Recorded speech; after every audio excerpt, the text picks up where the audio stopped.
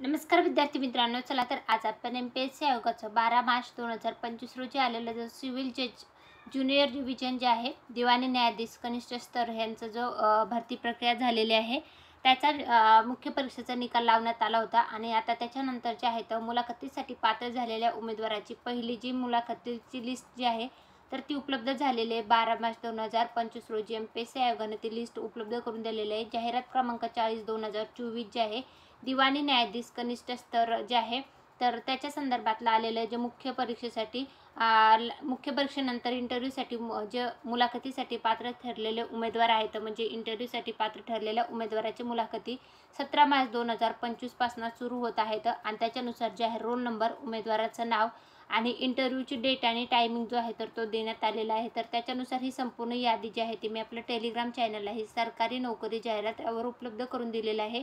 तिथून तुम्ही चेकआउट करू शकता. कनिष्ठ स्तर जे आहे न्यायदंडाधिकारी दिवाणी न्यायाधीश दिवाणी न्यायालयाचा, तर त्या एम-पी-एस-सी आयोगामार्फत जी भरती प्रक्रिया झालेली आहे तर त्याच्या संदर्भातलं आलेलं हे खूप महत्त्वाचं अपडेट आहे. तर या यादीमध्ये जे आहे तर ते मुलाखतीसाठी पात्र ठरलेल्या उमेदवाराच्या नावाची यादी आहे. तर याच्या संदर्भातलं जे आहे तर तुम्हाला मुलाखतीसाठी कुठं जायचं आहे तर city civil and session court जे आहे, न्यू माझगाव कोर्ट बिल्डिंग जे आहे तर फ्लोअर देण्यात आलेले 17वा सरदार बालवंत सिंग दुधी मार्ग जे आहे माझगाव मुंबई येथे तुम्हाला हजर राहायचं आहे. त्यानंतर तुम्हाला तारीख आणि वेळ देण्यात आलेली आहे. तर त्याच्यानुसार तुम्हाला तुमच्या मुलाखतीसाठी हजर राहायचं आहे.